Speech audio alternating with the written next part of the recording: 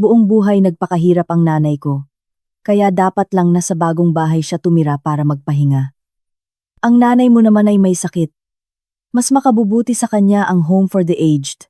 Nang buong pagmamalaki niyang ideklara ang desisyong iyon, buong pamilya niya ay nakaharap. Sa kanilang mga mukha ay mababakas ang tagumpay. Na hindi man lang nila sinubukang itago. Hindi ako nakipagtalo o gumawa ng eskandalo. Sa halip, ngumiti pa ako. Inabutan ng isang basong tubig ang aking biyenan. At binati siya ng maayos na paglipat sa bagong bahay.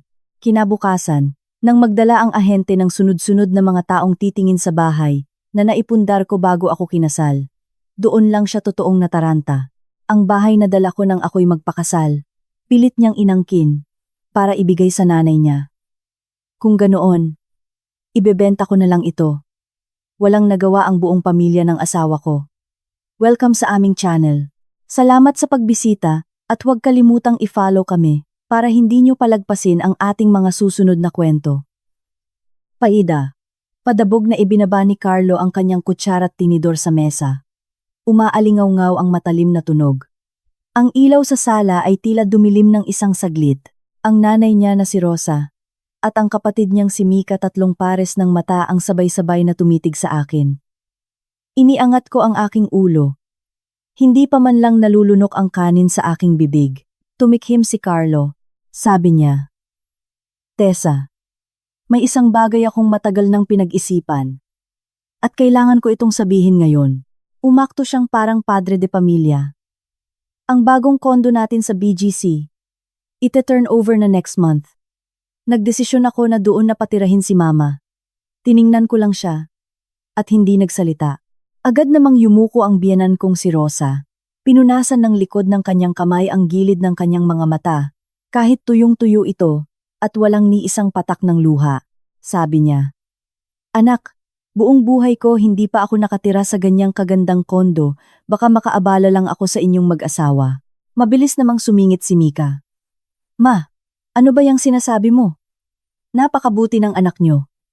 Buong buhay kayong naghirap, kaya dapat lang na maginhawaan kayo ngayon." Pagkasabi nito, sinadya pa niya akong sulyapan.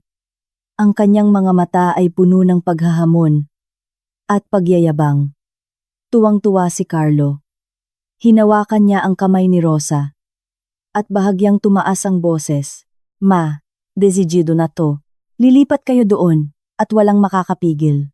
Para siyang isang aktor na nagtatalumpati sa entablado. Buong buhay nagpakahirap ang nanay ko. Kaya dapat lang na sa bagong bahay siya tumira. Para magpahinga. Pagdating dito, huminto siya saglit at bumaling sa akin ang kanyang tingin, may dalang awtoridad. "Ang nanay mo naman, may sakit." Nagtanong-tanong na ako. Maganda raw yung home for the aged sa Antipolo. Malaking chain. Propesyonal. Mas makabubuti sa kanya kung doon siya titira. Nakakabingi ang katahimikan sa sala. Rinig na rinig ko ang bawat patak ng kamay ng orasan. Sa dingding, tik-tak, tik-tak. Bawat tunog ay parang pumapalo sa puso ko. Ang bagong kondo na yon ay binili ng buo ng mga magulang ko, bago pa tayo ikasal. Sa titulo, tanging pangalan ko lang ang nakalagay, ito ang aking prenuptial property. Nag-iinarte pa rin si Rosa. "Naku, hindi yata tama to. Nasa ospital pa ang balay ko. Siguradong sasama ang loob ni Tessa." Umirap si Mika. "Ate, hindi naman sa pinanghihimasukan ko kayo, pero ginagawa lang ni Kuya to para sa inyong dalawa. Isipin mo, sa lagay ng nanay mo na labas-masok sa ospital. Sa home for the aged, may mga doktor at nurse na naka-duty bata 24 oras. Di ba mas maganda yon? Tsaka, si Mama sa bagong kondo. Ang nanay mo sa home for the aged. Pareho silang magiging komportable. Ano bang pinagkaiba?" Tumango si Carlo. Tama ang sinabi ni Mika. Ganyan nga. Tiningnan niya ako na parang naghihintay ng pasasalamat. "Tessa, ginagawa ko ang lahat ng ito para sa pamilyang ito. Huwag kang mag-alala. Ako ang magbabayad ng fee sa home for the aged." Sa boses niya ay maririnig ang pilit na pagmamagandang loob. Bigla akong napangiti ng mahina. At agad na dumilim ang mukha ni Carlo. Anong nginingiti-ngiti mo? Ibinaba ko ang plato ko. Tumayo ako. Lumapit sa water dispenser. At naglagay ng maligamgam na tubig sa isang baso. Lumapit ako sa harap ni Rosa. Hawak ang baso gamit ang dalawang kamay. Tinitigan ko siya. Ang ngiti sa aking mga labi ay kakaiba ang lambing. Para po sa inyo, ma. Sana maging maayos ang paglipat niyo sa bagong bahay. Natigilan si Rosa. Natigilan si Carlo. Natigilan din si Mika. Siguro inisip nilang iiyak ako. Mag-eeskandalo. O magwawala. Hindi nila inaasahan na magiging ganito ako kalmado. Ang ekspresyon ni Carlo mula sa pagkagulat ay napalitan ng kasiyahan. Siguro inisip niya na sa wakas ay natuto rin akong lumugar. Tessa, huwag kang mag-alala. Mas magiging mabuti akong asawa sa iyo mula ngayon. Nakabawi rin si Rosa at nanginginig na inabot ang baso. Mabuti, mabuti. Napakabait mong bata. Alam kong ikaw ang pinaka-nakakaunawa. Ngumuso si Mika. Mas lalong nandiri ang kanyang tingin. Hindi ko sila pinansin. Tumalikod ako papasok sa kwarto. Isinara ang pinto. Mula sa sala ay narinig ko ang hindi maitagong tawanan at pagdiriwang. Kuya, sinabi ko na sa'yo eh. Wala namang magagawa si ate. Ang galing talaga ng anak ko. Lumapit ako sa bedside table at binuksan ang pinakailalim na drawer. Isang brown envelope ang tahimik na nakalagay doon. Kinuha ko ito. Sa loob ay ang Condominium Certificate of Title. CCT. Tessa. Pangalan ko. Kinuha ko ang cellphone ko. Naghanap ng contact. At tumawag. Mabilis na sinagot ang linya. Hello, good evening po, Ansa Real Estate. Ako po si Mark. Mark. Ako to. Si Tessa. Yung kondo ko sa BGC. Gusto ko nang ibenta. Tumahimik ng 2 segundo ang kabilang linya. Ma'am Tessa, sigurado na po ba kayo? Prenuptial property niyo po yun. At napakaganda ng location. Sayang kung ibebenta niyo. Sigurado na ako. Kalmado kong sagot. Rush sale. Pwede nating ibaba ng 5% sa market price. Isang kondisyon lang. Gusto ko spot cash. Sige po, Ma'am Tessa. Ipopost ko na agad. Pwede ba kayo bukas? Magdadala ako ng mga clients for viewing. Tiningnan ko ang relo ko. Kahit anong oras bukas simula 9 a.m., pwede. Kinabukasan, maganda ang sikat ng araw. Pero mas maganda ang mood ni Carlo. Habang nag-aahit siya sa banyo, panay pa ang sipol niya. Nakaupo ako sa dining table, dahan-dahang umiinom ng kape. Lumabas siya na mukhang presko at masigla. Hon, ihahatid na kita sa opisina ngayon. Pagkatapos naming makasal, bihira na siyang tawagin akong Hon. Madalas sa pangalan na lang Ohoy. Umiling ako. Hindi na. Magdadrive ako. Hindi na siya nagpumilit, umupo at kumuha ng pandesal. Ay nga pala, nakausap ko na yung sa Home for the Aged. Sabi niya habang ngumunguya. 80,000 pesos a month. Maganda talaga ang environment. Next week, pwede na nating dalhin doon ang nanay mo. Paglipat ni mama sa bagong kondo. Magiging ayos na ang lahat. Tiningnan niya ako. Puno ng pagmamalaki ang kanyang mga mata. Na tila nagyayabang na madali niyang naayos ang lahat. Hindi ako sumagot. Inilagay ko ang baso sa lababo. Tapos nako. Aalis nako. Kumunot ang noo ni Carlo. Anong problema mo ngayon? Hindi ka ba masaya? Tessa, sinasabi ko sa'yo. Desidido na to. Huwag kang mag-isip bata. Ginagawa ko to para sa ikabubuti nating lahat. Ding-dong! Tumunog ang doorbell. Naputol ang sasabihin niya. Halatang nainis. Sino yan? Ang aga-aga pumunta siya para buksan ang pinto. Sa labas ay isang binatang nakasuit. Sa likod niya ay may 3 o 4 pang tao. Ito ay ang ahente na si Mark.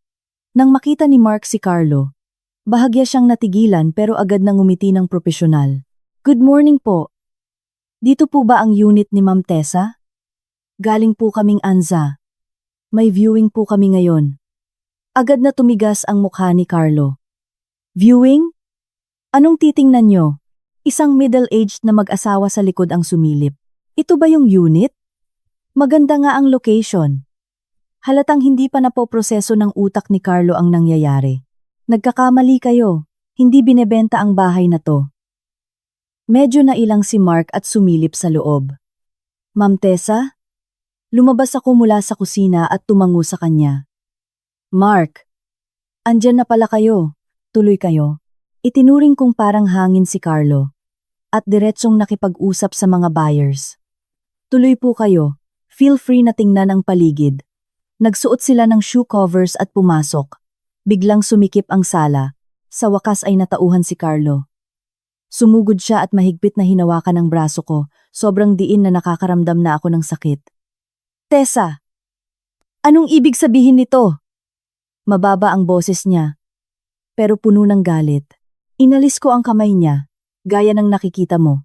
Hindi malakas ang pero sapat para marinig ng lahat sa sala. Ibebenta ko ang bahay ko. Bahay mo? Malamig na tumawa si Carlo. Bahay natin to. Ibinebenta mo ng ganun-ganun lang. Pangalan ko ang nasa titulo. Binigkas ko ang bawat salita ng malinaw at malamig. Ito ay personal na ari-arian ko, bago tayo kinasal. May karapatan akong gawin kung anong gusto ko dito. Nang sandaling ito, narinig din ni Rosa at Mika ang ingay at lumabas. Nang makita nila ang eksena, ang naguguluhang mukha ni Rosa ay naging putlang-putla. Binebenta? Tessa, aling bahay ang binebenta mo? Sumigaw si Mika.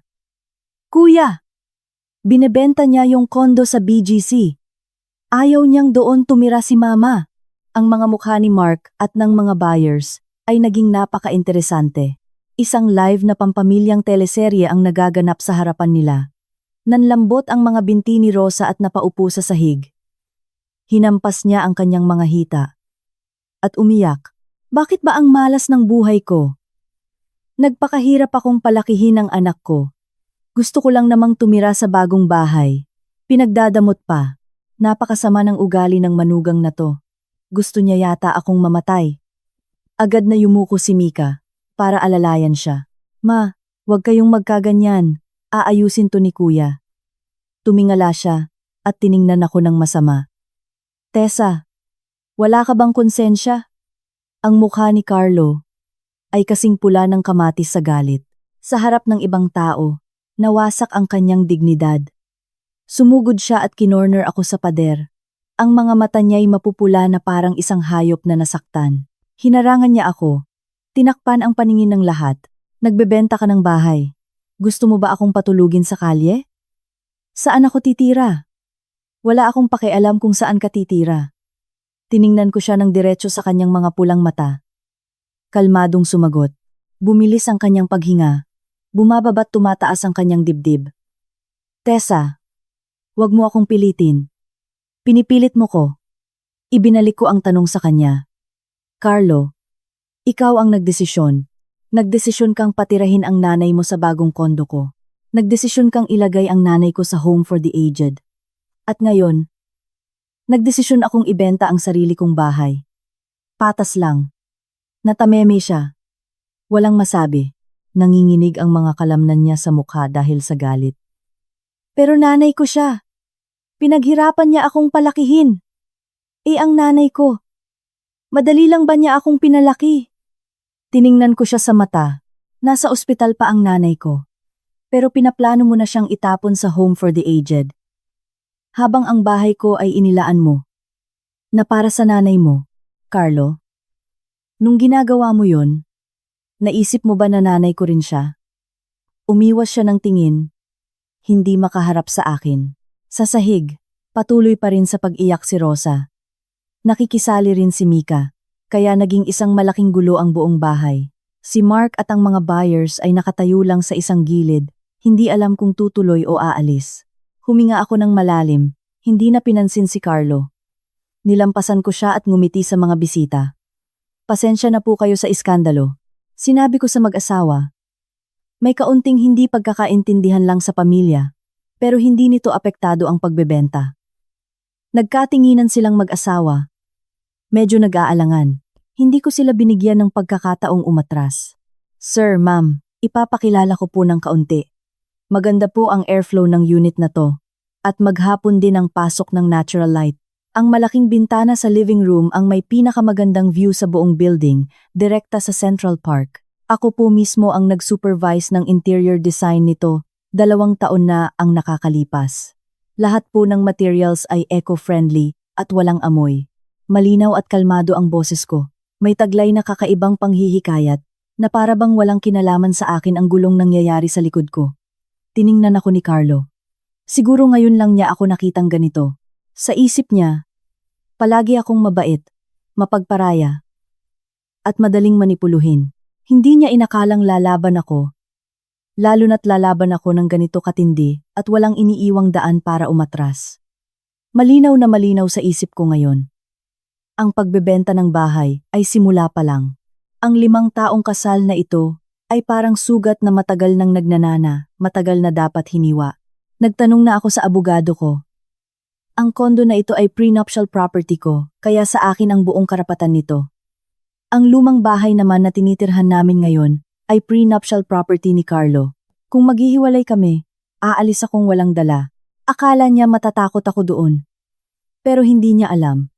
Ang pinakakinakatakutan ko ay ang manatili pa sa pamilya nila kahit isang araw pa. Sa mga lumipas na taon, tahimik akong nag-ipon ng pera. Sa bawat paghingi niya at ng pamilya niya. Sa bawat double standard nila. Nirecord ko lahat. Ang mga bank transfers, mga text messages, lahat yan ay ebidensya. Ang gusto ko hindi lang ang makaalis, kundi ang pagbayarin siya sa kanyang pagkamakasarili at kayabangan. Halatang nagustuhan ng misis na buyer ang kondo. Hinila niya ang asawa niya para tingnan ang bawat kwarto. Tingnan mo tong kusina. Ang luwang.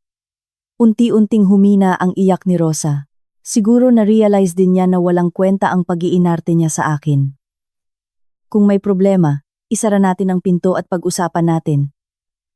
Simula nang gawin mo ang desisyong yon, naging katatawanan na ang buhay ko. Ma'am, gustong-gusto namin ang unit na to. Tiningnan niya si Carlo sa likod ko at nagbaba ng boses. Pwede pa bang tawaran? Ngumiti ako. Gusto niyo ba talagang bilhin? Oo, lumapit din ang lalaki. Matagal na kaming naghahanap at gustong-gusto namin ang layout nito. Sumingit agad si Mark. Ma'am Tessa, si Mr. and Mrs. Reyes po ay very interested buyers. At kaya po nilang mag-spot cash. Kinindatan niya ako. Nakuha ko ang ibig niyang sabihin. Lumingon ako kay Carlo na putlang-putla na. Sabi ko, Mark, pakisabi kina Mr. at Mrs. Reyes. Kung makaka-close tayo ngayon, babawasan ko pa ng 3%. Muntik nang matumba si Carlo. Nagningning ang mga mata ni Mr. Reyes. Talaga ba? Sigurado ka ba? Tumango ako. Sigurado. Tiningnan ko si Carlo. Binibigkas ang bawat salita ng malinaw. Pirmahan na natin ang kontrata ngayon din. Susubukan sana akong hilahin ni Carlo. Pag-abot pa lang ng kamay niya. Mahusay siyang hinarangan ng ahenteng si Mark. Sir Carlo, kalma lang po tayo. Nakangiti pa rin ng propesyonal si Mark. Pero may babala na sa kanyang mga mata. Ang pagbebenta ay malaya. May karapatan ng asawa niyo na i-dispose ang property na nakapangalan lang sa kanya. Protektado po ito ng batas. Ayaw rin namang madamay ni na Mr. at Mrs. Reyes sa gulo. Gusto lang nilang mapirmahan agad ang kontrata para makuha ang murang bahay. Oo. I-process na natin agad, pag-aapuran ni Mrs. Reyes. May pupuntahan pa kami. Hindi ko na tiningnan pa si Carlo.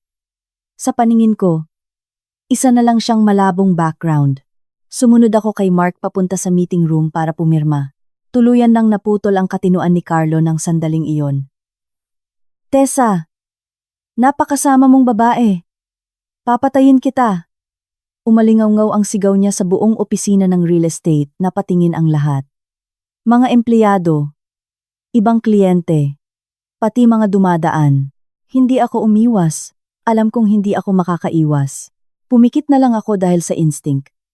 Pero hindi dumating ang sakit na inaasahan ko. Isang mabigat na kalabog ang narinig. Kasunod ng daing ni Mark. Pagdilat ko, nakaharang na si Mark sa harapan ko. Tumama ang suntok ni Carlo sa balikat niya. Agad na sumugod ang dalawang lalaking empleyado. Hinawakan ang magkabilang braso ni Carlo para pigilan siya. Nagwawala pa rin siya. Bitawan niyo ko. Kilala niyo ba kung sino ako? Problema to ng pamilya ko. Anong pakialam niyo? Tumakbo ang branch manager. Isang lalaking nasa 40s na napakakalmado. Tiningnan niya ang eksena at agad nagdesisyon. Sabi niya sa staff, "Tumawag kayo ng pulis." Tapos lumingon siya sa akin. Malumanay pero pormal ang boses. "Ma'am Tessa, pasok po muna kayo sa VIP room para magpahinga. Kami na po ang bahala rito." Nang marinig ang salitang pulis, natahimik saglit si Carlo. Tapos nagsimulang matakot. "Huwag! Huwag kayong tumawag ng pulis." Nanginginig ang boses niya. "Misunderstanding lang. To. Nagbibiruan lang kaming mag-asawa." Tiningnan ko siya ng malamig. "Nagbibiruan? Kitang-kita naman na gusto mo akong patayin kanina." Dumating din sina Rosa at Mika. Pagkakita sa eksena, nandilim ang paningin ni Rosa at parang hihimatayin at babagsak sa sahig.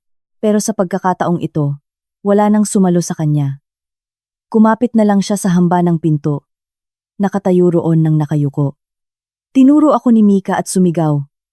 "Tessa, sumusobra ka na. Nakipagsabuatan ka pa sa ibang tao para apihin ang kuya ko. Ano bang ginawang masama ng pamilya namin sa'yo?"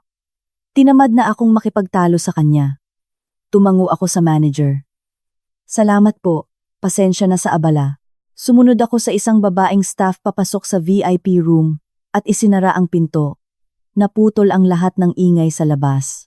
Rinig ko pa rin ang sigaw ni Carlo. Mula sa pagbabanta ay naging pagmamakaawa tapos ay pagmumura ulit.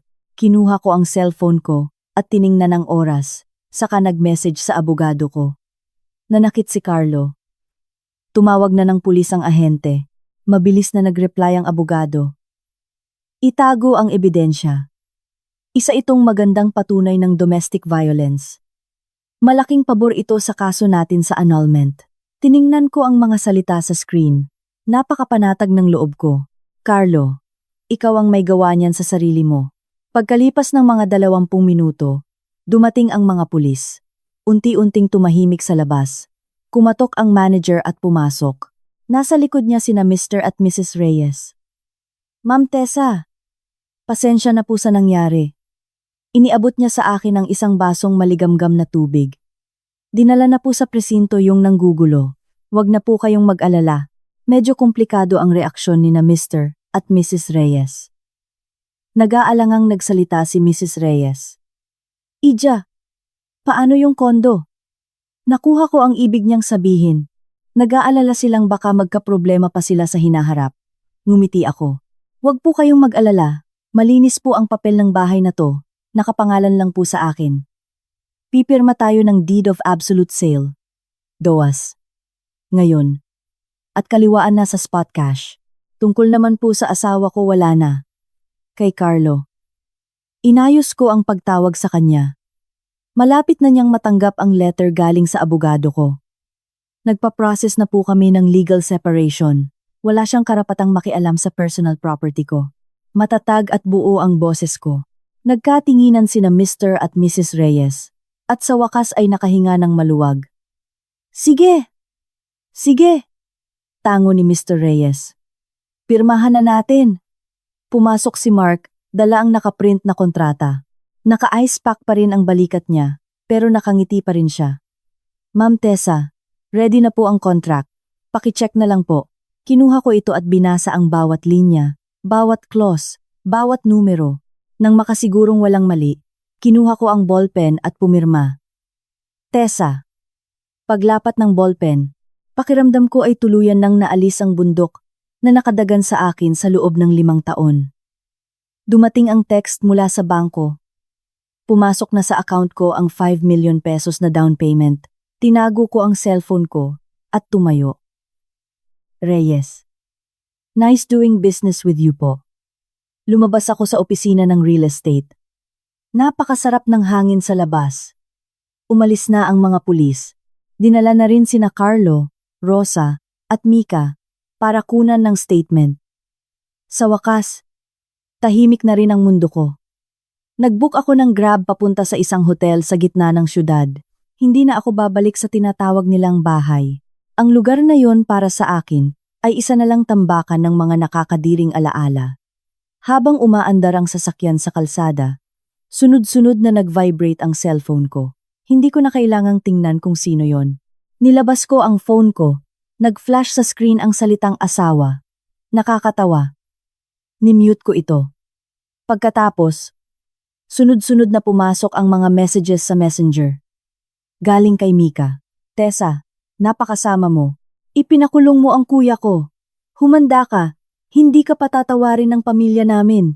Akala mo ba tapos na dahil nabenta mo na yung bahay? In your dreams! Kapag nagka-criminal record ang kuya ko, sisiguraduhin kong hindi ka makakatulog ng mahimbing habang buhay. Tiningnan ko lang ang mga pagmumura niya. Walang reaksyon. Saka ko nilong press at dinelete ang conversation. Sumunod ay ang voice message ni Rosa. Pinlay ko ito sa loudspeaker at narinig ko ang nakakaawang iyak niya. Tessa, maawa ka naman kay Carlo. Siya lang ang nag-iisa kong anak na lalaki. Hindi pwedeng may mangyaring masama sa kanya. Luluhod ako sa'yo. Hindi na namin kailangan ng bahay. Hayaan mo nang tumira ang nanay mo doon. Kahit doon na siya tumira, please lang. Ilabas mo lang ang anak ko, kahit anong gusto mo gagawin ko. Tiningnan ako ng driver sa rearview mirror. Puno ng awa ang kanyang mga mata. Pinatay ko ang recording at bahagyang umiling. Kung alam lang nila, bakit pa nila ako pinilit ng sagad? Akala ba nila, palagi lang akong magiging sunod-sunuran? Nagkakamali sila. Kahit ang kuneho kapag na-corner ay nangangagat. Lalo pa ako hindi ako kuneho. Ako si Tessa. Pagdating sa hotel, nag-check-in ako. Pumasok at isinaksak ang keycard para bumukas ang ilaw. Isang malinis at maayos na espasyo na akin lang. Inihagis ko ang cellphone ko sa kama. Pumasok sa banyo, binuksan ang shower, at hinayaang bumuhos ang mainit na tubig. Pumikit ako. Pakiramdam ko, ang lahat ng pagod at sama ng loob sa nakalipas na 5 taon ay inanod na ng tubig. Matagal akong naligo.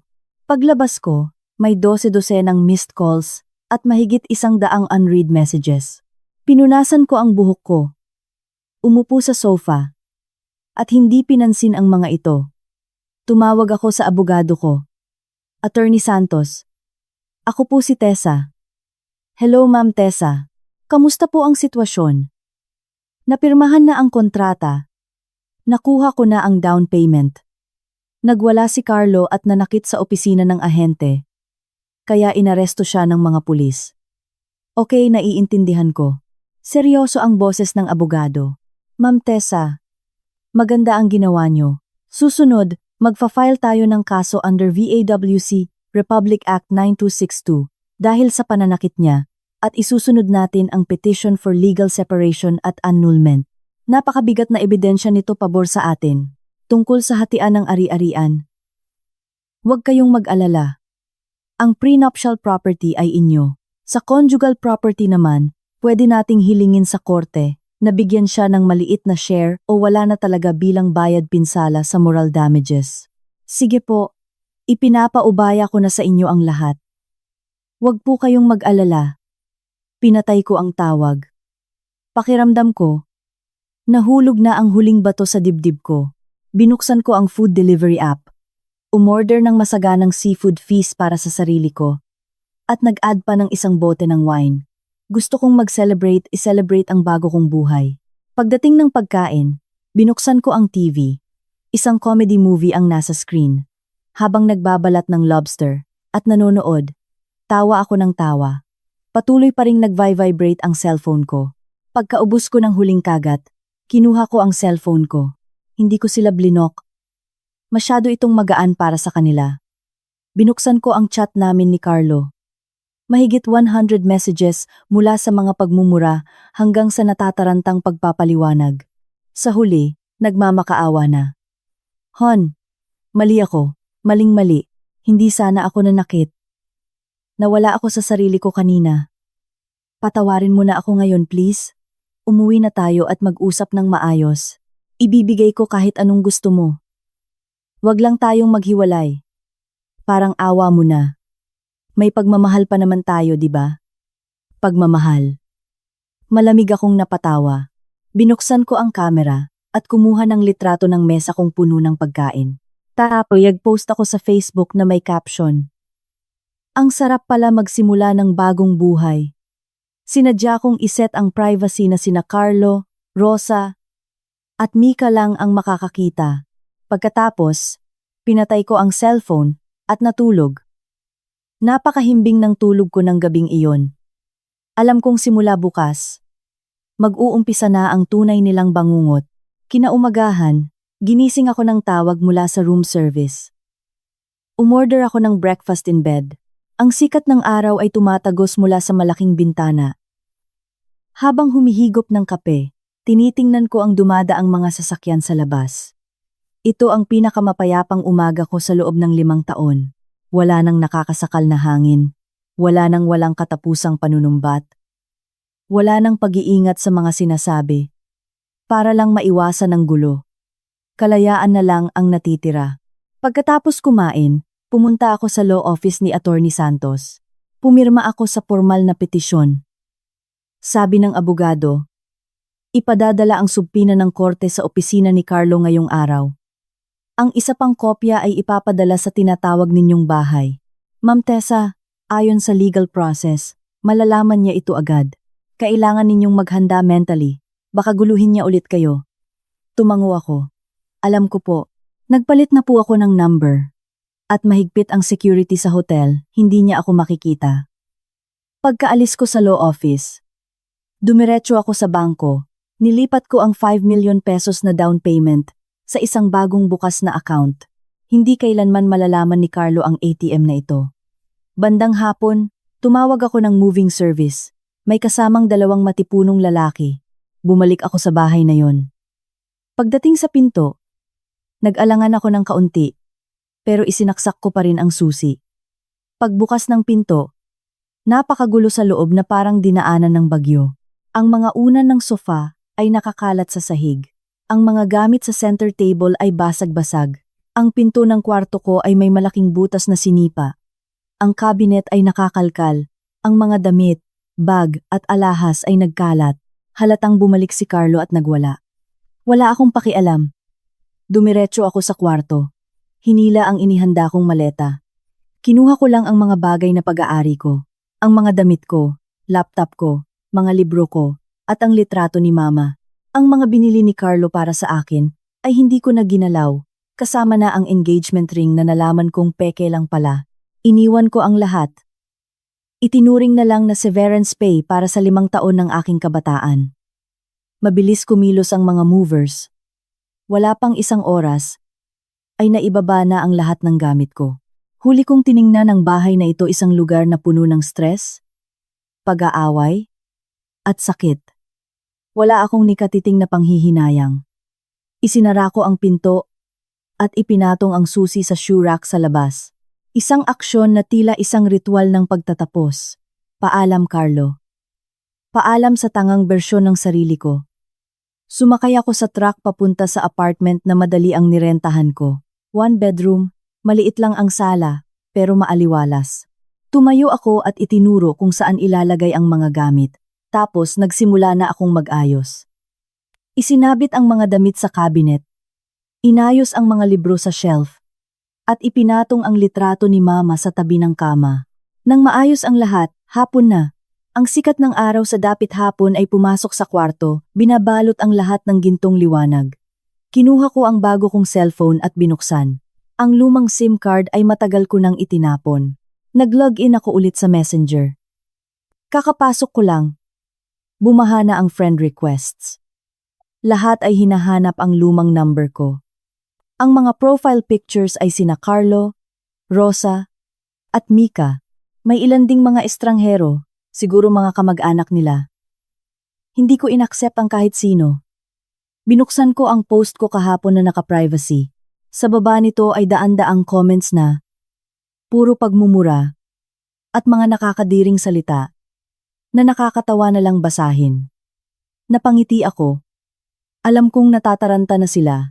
Siguradong natanggap na nila ang subpina mula sa korte.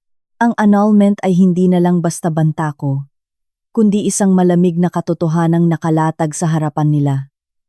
Hindi ako nag-reply sa anumang comment. Nag-post lang ako ng isang litrato ng bago kong apartment, maliwanag at maayos. Sa mesa ay may isang bouquet ng bulaklak. Caption: Nililinis ang nakaraan. Naghahanda para sa mga bagong bagay. Sa pagkakataong ito, nakapublic ang post. Mga kaibigan, katrabaho, mutual friends, lahat ay makikita ito. Alam kong simula pa lang ang laban na ito, pero hindi na ako ang babaeng walang laban noon. May espada na ako, at may kalasag. Carlo, handa ka na ba? Ang lahat ng sakit na ibinigay mo sa akin, ibabalik ko ng doble. Nakalabas si Carlo mula sa presinto nang sunduin siya ng kanyang nanay. Hindi siya kinulong, inimbitahan lang para sa investigasyon. Pero para kay Carlo, mas nakakahiya pa ito kaysa makulong. Nanatili siya doon ng 12 oras. Kinumpiska ang cellphone niya at wala siyang makausap. Paglabas niya, gabi na. Niyakap siya ni Rosa. Umiiyak ng todo. Anak ko, kawawa ka naman. Nakatayo si Mika sa tabi. Mapula ang mga mata. Kuya, kasalanan lahat to ng malditang Tessa na yun. Napakasama niya. Walang imik si Carlo. Ang mukha ay napakadilim na parang uulan. Pag-uwi niya ng bahay, nakita niya ang pintong nasira niya. Ang magulong bahay. At ang nag-iisang bungkos ng susi na nakapatong sa shoe rack. Naintindihan niya. Umalis na si Tessa. Malinis at walang iniwan kahit ano. Parang baliw siyang sumugod sa kwarto. Ang kalahati ng cabinet na pag-aari ni Tessa ay walang laman. Ang dressing table, ang kanyang mga bote ng skincare ay nawala. Ang bedside table, ang mga libro niya ay nawala rin. Parang hindi siya kailanman nag-exist sa bahay na iyon. Parang may pumipiga sa puso niya, masakit na nakakabuo ng puwang. Kinuha niya ang cellphone niya at nalaman niyang nakablock na siya. Hindi siya makatawag, hindi rin siya makasend ng message. Gumamit siya ng cellphone ni Mika para mag-text, pero red exclamation mark pa rin. Hindi na niya mahanap si Tessa. Ang realization na ito ang nagbigay sa kanya ng tunay na matinding takot sa unang pagkakataon. Noon pa man, palagi niyang iniisip na pag-aari niya si Tessa. Isang taong nakadepende sa kanya. Isang bagay na kontrolado niya. Pero ngayon, biglang nagkapaa at tumakbo palayo, sabay hatak pa sa basahan na tuntungan niya. Kuya, anong gagawin natin? Nanginginig ang boses ni Mika. Pinadala na daw sa opisina mo. Yung sulat galing sa korte. Nakita ng lahat ng katrabaho mo. Kasalanan ni Tessa lahat ng to. Gusto kanyang ipahiya. Opisina. Tama. Sa opisina. Pwede siyang magtago sa akin. Pero hindi siya pwedeng hindi pumasok sa trabaho. Isang ideya na parang makamandag na ahas ang gumapang sa isip niya. Pinahiya mo ako. Kaya ipapahiya din kita sa harap ng buong kumpanya niyo para hindi ka na makaharap. Kinaumagahan, nagsuot si Carlo ng pinakamaayos niyang suit, inayos ang buhok, at nag-perfume pa. Handa na siyang gumanap isang kawawang asawa na walang awang iniwan ng misis. Nag-drive siya papunta mismo sa building ng kumpanya ni Tessa, isang foreign company sa isang sikat na high-rise sa BGC. Dati niya itong sinusundo. Pamilyar na pamilyar siya dito. Hindi muna siya pumasok. Naghintay siya hanggang 9 a.m. sa rush hour ng mga pumapasok. Huminga siya ng malalim, pumasok sa malaking lobby, at dumiretso sa reception. Ngumiti ang receptionist. Good morning, sir. Sino pong hanap nila? Si Tessa po. Ang boses ni Carlo ay may halong pagod at paos. Eksakto sa inaarte niya. Asawa niya ako. Carlo. Natigil saglit ang ngiti ng receptionist. May appointment po ba kayo? Wala. Umiling si Carlo. Malungkot ang mga mata. Hindi niya kasi sinasagot ang mga tawag ko. May maliit lang kaming hindi pagkakaunawaan. Kailangan ko siyang makausap para mag-explain. Pakitawag naman po siya para bumaba. Ang acting niya ay pang Best Actor Award. Medyo nahirapan ang receptionist. Sir, I'm sorry po. Ayon po sa company policy, kapag walang appointment, hindi po pwede. Hindi siya pinatapos ni Carlo. Biglang nilakasan niya ang boses niya. Tessa! Sumigaw siya papunta sa mga elevators. Lumabas ka dyan. Alam kong nasa taas ka. Bakit mo to ginagawa sa akin? Fake lang ba ang 5 taong pagsasama natin? Ang boses niya ay puno ng sakit at hinanakit. Agad na napatingin ang lahat ng nasa lobby. Ang mga labas-masok ay napatigil. Nagbulong-bulungan ang mga tao. Ito mismo ang epekto na gusto ni Carlo. Gusto niyang ipakita sa lahat kung gaano kawalang puso si Tessa. Gusto niyang gamitin ang public opinion para ma-pressure siya. Tessa, ibinenta mo yung kondo natin para patulugin sa kalsada ang nanay ko. Kinasuhan mo pa ako. Bato ba yung puso mo? Sigaw niya hanggang sa mamaos. Pilit pa siyang lumuha ng peke. Pero hindi nangyari ang inasahan niya. Bumukas ang elevator. Ang lumabas ay hindi si Tessa, kundi 2 nakauniporming sekyu at isang babaeng naka-business suit na seryoso ang mukha. Nakilala ni Carlo ang babae, siya si Miss Cruz, ang HR director ng kumpanya ni Tessa. Lumapit siya kay Carlo. Malamig ang mga mata. Mr. Carlo, workplace po ito. Hindi lugar para manggulo.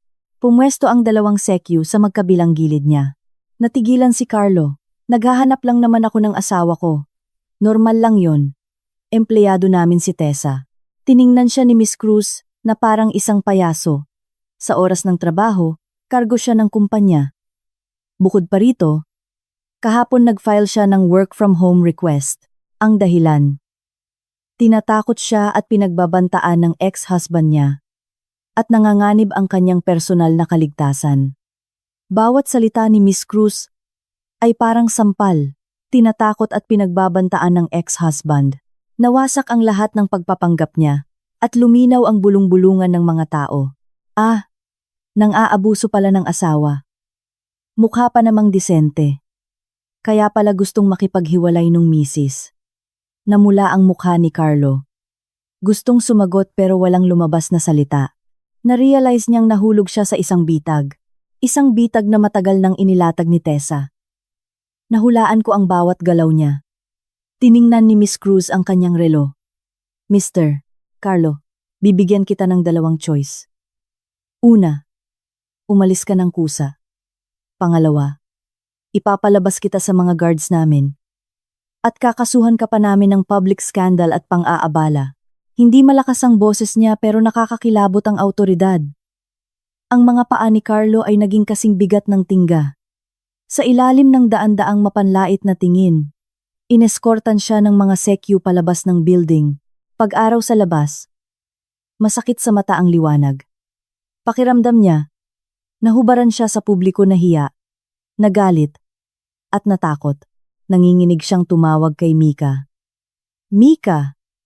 Alam na niya ang lahat. Nag-set up siya ng trap. Anong gagawin ko ngayon? Sa kabilang linya, natataranta rin ang boses ni Mika. Kuya, may malaking problema. Ang nanay niya nasa ospital at nakikipag-away kina mama. Ang pag-aaway na sinasabi niya ay OA lang. Ang totoo, hindi sila nangahas na manakit ng pisikal, lalo na't nasa ospital sila. Nagpunta lang sila para makipag-argumento. Habang gumagawa ng gulo si Carlo sa opisina ko, palihim namang ginawa ni Rosa at Mika ang plan B. Sa paningin nila, ang nanay kong may sakit at nasa ospital ang pinakamalaking kahinaan ko. Kung makokontrol nila si mama, siguradong susuko ako. May dala silang basket ng prutas at pumasok sa kwarto ng ospital. Tahimik sa loob. Nakasandal ang nanay ko habang nagbabasa ng libro. Mas maayos ang kulay ng mukha niya kaysa sa inakala nila. Hindi mukhang mahina. Pagpasok nila, tiningala lang sila ng nanay ko. Hindi nagulat at walang emosyon. Oh, balae. Kumusta na ang pakiramdam nyo? Agad na nag-fake smile si Rosa. Ibinaba niya ang basket ng prutas. Bumisita po kami ni Mika. Sumingit naman agad si Mika. Oo nga po, tita. May kaunting tampuhan lang sina kuya at ate. Hindi naman po pwedeng maapektuhan pati relasyon ng pamilya natin. Isinara ng nanay ko ang aklat. Ang tingin niya ay malamig at kalmado. Kung may sasabihin kayo, diretsuhin nyo na. Huwag nang magpaligoy-ligoy. Ang mga salita niya ay matalim na parang kutsilyo. Hinihiwa ang kanilang kaplastikan. Natigilan si Rosa, pero pilit na nagtimpi. Hinila niya ang upuan, at umarte na namang umiiyak. Parehong estilo. Balae, hindi mo alam. Desidido na, yung manugang ko ngayon. Hindi lang niya ibinenta ang bahay. Gusto pa niyang makipaghiwalay. Nababaliw na raw si Carlo sa ginagawa ko. Ang mag-asawa nag-aaway, pero nagkakaayos din.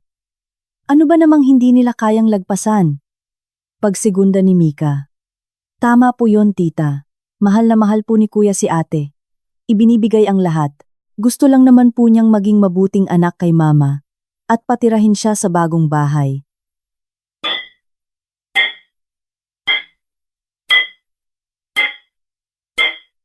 Bakit kailangang humantong sa hiwalayan? Ang babaw po talaga mag-isip ni ate. Nagkaisa sila, ginawang biktima ang mga sarili nila, at ibinunton ang lahat ng sisi sa akin. Akala nila, ang nanay ko ay tulad ng dati, na madadala sa kanilang lohika at lalambot ang puso, at sa huli ay pagsasabihan ako. Pero tahimik lang na nakikinig ang nanay ko. Pagkatapos nilang magsalita, saka siya nagsalita ng dahan-dahan. Tapos na kayong magsalita. Ang boses niya ay mahina, pero sapat para magtaasan ang balahibo nila. Nagkatinginan silang dalawa at tumango. Ngumiti ang nanay ko. Una, sabi niya, ang kondo na yon ay binili ko para sa anak ko bago pa siya kinasal. Pangalan lang niya ang nasa titulo. Gustuhin man niyang ibenta, ipamigay, o ipagiba, karapatan niya yon. Walang kinalaman ang anak niyo, at lalong walang kinalaman ang pamilya niyo. Pangalawa, tumalim ang mga mata ng nanay ko. Nagbabantay pa ang anak ko rito sa ospital para sa akin. Tapos nagplano na pala siyang itapon ako sa home for the aged, habang ang nanay niya ay papatirahin sa bahay ng anak ko? Mabuting anak ba tawag doon? Ang tawag doon ay walang hiya at patay gutom. Namutla si Rosa. Sinungaling ka! Pangatlo, hindi man lang siya tiningnan ng nanay ko. Mababaw mag-isip? Ang anak ko, 5 taong naging asawa sa pamilya niyo. Nagtrabaho na parang aso at kalabaw. Walang reklamo. Lahat ng problema niyo, siya ang nag-aasikaso. Ang pera niya ang bumili ng kotse ng anak mong lalaki, ng gamit ng anak mong babae, ng insurance mo. Ano ang napala niya? Walang katapusang panghihingi niyo at ang pagsasabwatan niyo para nakawin ang ari-arian niya. Ngayon na ayaw na niyang magtiis. Ayaw na niyang maging tanga. Sasabihin niyo mababaw siyang mag-isip. Tiningnan sila ng diretso ng nanay ko. Gaano ba kakapal yang mga mukha niyo? Bawat salita ay parang balang tumagos sa puso. Walang mintis. Silang dalawa ay napipi. Naging kulay asul at puti ang mukha. Sa kwarto, huminto ang ibang mga pasyente at nakatingin din sa kanila, puno ng pandidiri ang mga mata.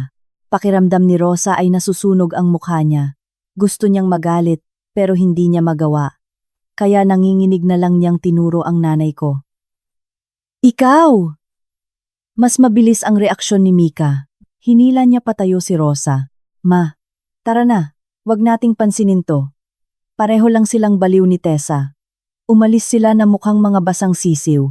Tiningnan sila ng nanay ko, ngumiti ng malamig. Tapos kinuha ang phone at in-stop ang voice record. Isang malinaw at 10-minute audio recording ang direktang isinend sa akin. May kasamang text. Anak, huwag kang matakot. Nandito palagi si mama sa likod mo. Gusto nilang maglaro? Di tapusin natin sila. Nang matanggap ko ang recording, katatapos ko lang asikasuhin ang ginawang gulo ni Carlo sa opisina. Nang marinig ko ang boses ni mama, kalmado pero matalim. Bawat salita ay parang isang matibay na pader na pwede kong sandalan. Biglang nag-init ang mga mata ko. Akala ko, mag-isa lang akong lumalaban. Palagi kong gustong protektahan si mama. Ayaw ko siyang mag-alala. Pero sa totoo lang, palagi rin niya akong palihim na pinoprotektahan sa sarili niyang paraan. Finorward ko agad ang recording. Kay Attorney Santos. Attorney, bagong ebidensya. Nag-reply siya halos agad-agad. Ma'am Tessa. Perfect. Ang recording na ito ay patunay na nanggigipit at nagmamanipula sila. Malaking pabor sa atin sa korte. Nga pala, may balita ako. Kumuha na ng abogado si Carlo at nakikipag-ugnayan sila para sa out-of-court settlement. Tiningnan ko ang text at ngumiti. Sa wakas, natatakot na rin si Carlo. Hindi na niya kaya. Ang eskandalong ginawa niya sa opisina ay sapat na para makancel siya sa lipunan. Ang subpena mula sa korte, ang WFH request ko dahil sa domestic violence. Lahat yan ay kumalat sa buong kumpanya sa loob lang ng isang umaga. Kahit saan siya pumunta, ramdam niya ang paninisi ng mga tao sa likod niya. Ang mga dating tumatawag sa kanyang pare, ngayon iniiwasan na siya na parang may nakakahawang sakit. Ipinatawag siya ng boss niya. Malumanay ang mga salita, pero matalim ang ibig sabihin. Ayusin mo ang problema mo sa pamilya. Huwag mong idamay ang imahe ng kumpanya. Naintindihan niya, isa itong babala. Isang pagkakamali pa. At masisisante na siya. Talo rin ang nanay at kapatid niya. Napahiya sila ng husto sa nanay ko sa ospital. Pinagtawanan pa ng buong ward. Ang akala nilang kahinaan na pwede nilang gamitin para sirain ako, ay isa palang solidong bakal. Isang sunod-sunod na atake na hindi na nakahinga si Carlo. Unang beses niyang na-realize na wala na sa kontrol ang lahat. Dati, akala niya panakot ko lang ang annulment. Akala niya kung magiging matigas siya o magpapakumbaba ng konti. Maayos din ang lahat. Pero ngayon alam na niyang mali siya. Hindi ako nananakot. Ginagamit ko ang pinakakalmado at pinakamatinding paraan para bunutin siya sa buhay ko. Hanggang sa ugat, nagsimula na siyang matakot. Wala siyang choice kundi gumastos at kumuha ng abogado. Matapos marinig ang buong kwento, napakunot ang noo ng abogado niya. Mr. Carlo, napakahirap ng kasong ito. Seryoso ang boses nito. Sa batas, ang kondo sa BGC ay prenuptial property ni Ma'am Tessa. May full authority siya doon. Wala kang karapatang mangialam. Ang bahay na tinitirhan nyo ay prenuptial property mo naman, kaya hindi rin niya makukuha yon. Para naman sa conjugal property. Huminto ang abogado. May savings ka ba? May mga investments? Bumagsak ang balikat ni Carlo. Savings? Buhay isang kahig isang tuka ang pamilya nila. Malaki ang sweldo niya, pero karamihan ay napupunta sa pamilya. Hinihingi ni na Rosa at Mika sa iba't ibang dahilan. Binabayaran pa niya ang hulugan sa kotse. Kaya ang natitira ay sapat lang panggastos. Walang investment. Tiningnan ng abogado ang mukha niya at naintindihan na nito. Ibig sabihin, halos walang conjugal property na paghahatian. Hirap na tumango si Carlo. Napabuntong hininga ang abogado. Problema yan. Siguradong gagamitin ito ng abogado ni Ma'am Tessa. Hihingi sila ng reimbursement para sa mga unreasonable expenses, ibig sabihin, ang mga perang ginastos ni Ma'am Tessa para sa'yo at sa pamilya mo na hindi naman ginamit para sa conjugal life ninyong mag-asawa. Kung susumahin, malaking pera yan. Biglang pinagpawisan ng malamig si Carlo. Naalala niya ang lahat ng perang transfer ko sa nanay niya. Ang perang pambili ng cellphone at laptop ni Mika. Pati tuition at allowance. Pati na rin ang mga pagkakataong ginamit niya ang card ko pang bili ng in-game items at pang treat sa mga tropa. At saka, parang nagbabasa ng hatol ang abogado. Ang panggugulo mo sa opisina niya. Ang panggugulo ng pamilya mo sa nanay niya sa ospital. Lahat ng yan ay pwedeng ituring na moral damages. May karapatan siyang humingi ng danyos. At bukod pa rito, nanakit ka pa. Mr. Carlo, kung makarating ito sa korte, malaki ang posibilidad na umalis kang walang-wala. At may baon pang napakalaking utang. Walang-wala. At may utang. Parang martilyong pumukpok sa ulo niya. Natigilan siya. Hindi niya maintindihan. Dati-rati. Siya palagi ang nasusunod. Siya ang nagbigay sa akin ng pamilya. Paano na to? Nanginginig ang boses niya. Out of court settlement, sabi ng abogado. Ito na ang pinakamagandang option mo. Magpakumbaba ka at subukang makipag-negotiate para mabawasan ang damage. At least, huwag kang mabaon sa utang. At kaya, dumating ang tawag na iyon sa abogado ko. Sinabi sa akin ni Attorney Santos ang lahat ng gusto ng kabilang kampo. Nakahiga ako sa sofa noon sa bago kong apartment. Naka-face mask. At nanonood ng TV. Nang marinig ko ito, ngumiti lang ako ng bahagya. Pwedeng mag-usap, pero hindi para mag-ayos. Para lang pag-usapan kung magkano ang kailangan niyang bayaran sa akin. Umupo ako, at inalis ang face mask. Tiningnan ang sarili ko sa salamin. Kuminang ang balat ko, at nagningning ang mga mata ko. Simple lang ang kondisyon ko.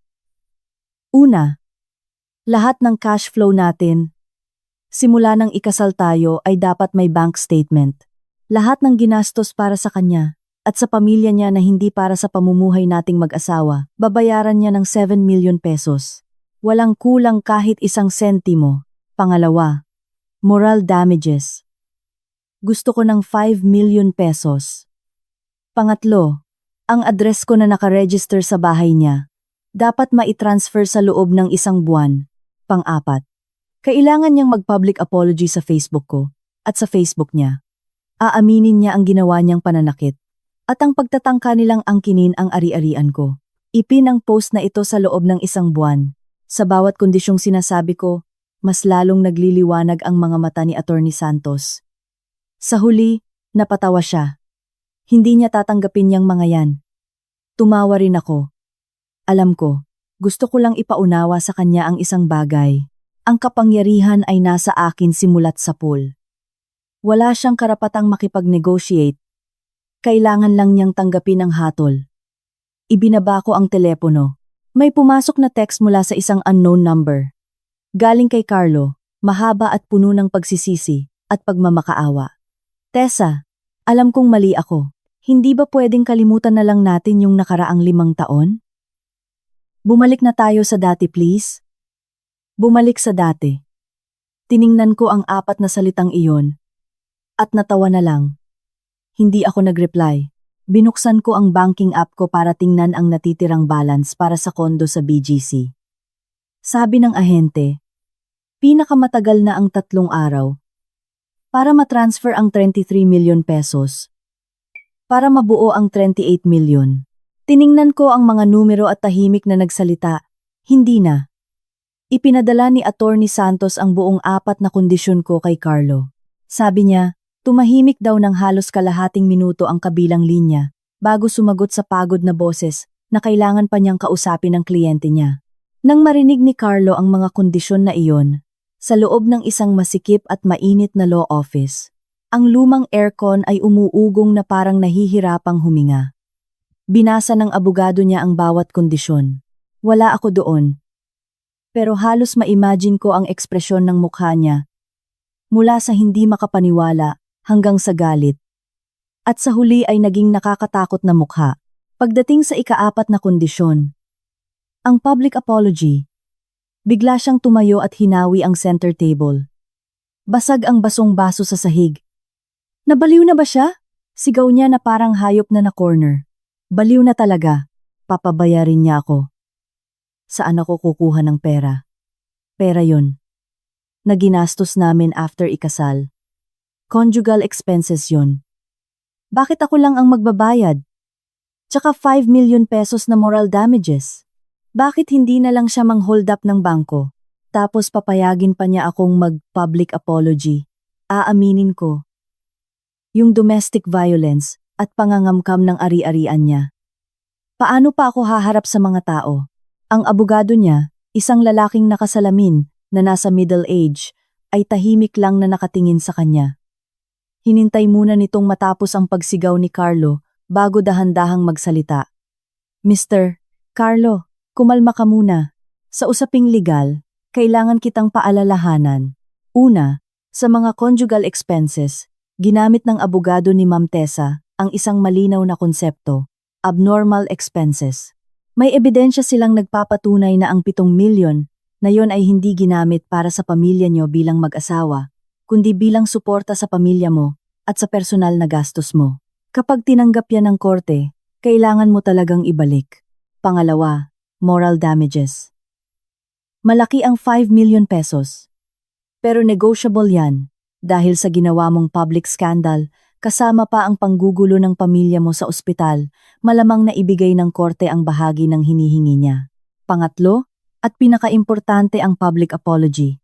Ito ay penalizing clause, hindi ito para i-negotiate, kundi para ipahiya ka ng tuluyan. Tinitigan siya ng abogado. Ibig sabihin lang nito, walang balak makipag-ayos ng kampo ni Ma'am Tessa. Kino-corner ka niya para makarating kayo sa korte at ilabas ang lahat ng ebidensya. Ang mga salita ay parang malamig na kutsilyong tumatarak sa puso niya. Napaupo si Carlo at napasabunot sa sarili. Anong gagawin ko? Wala akong pera, wala talaga. Mahihiwalay ba ako ng baon sa utang? Tahimik ang abogado. Batas lang ang alam niya, hindi siya kayang gumawa ng pera. Lumabas si Carlo sa opisina na parang nawalan ng kaluluwa. Umuwi siya at binuksan ang pinto. Sa sala, nakaupo ang nanay at kapatid niya. Kumakain ng food delivery habang nanonood ng TV at nagtatawanan. Nang makita siya, sinulyapan lang siya.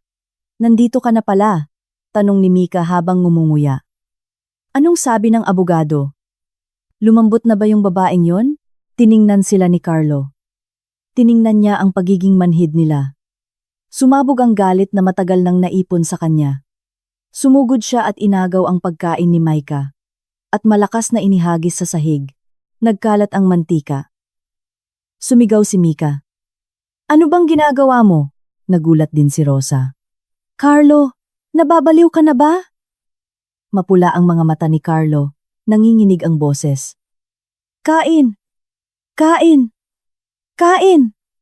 Pagkain lang ba nasa isip nyo? Alam nyo bang tapos na tayo? Sumigaw siya at sinabi lahat ng kondisyon ko. Nang marinig nila ang tungkol sa pagsasauli ng pera, nagbago ang kulay ng mukha nilang dalawa. At bakit? Tumayo agad si Mika. Kinasal na siya sa'yo eh. Ang pera niya ay pera ng pamilya natin. Natural lang nagastusin natin ang pera niya. Ipapabalik niya? Asa siya? Agad namang sumagot si Rosa. Oo nga, kinasal siya sa pamilya natin, kaya dapat maging mabuting manugang siya. Swerte nga niya, na tinanggap ko yung mga binigay niya eh.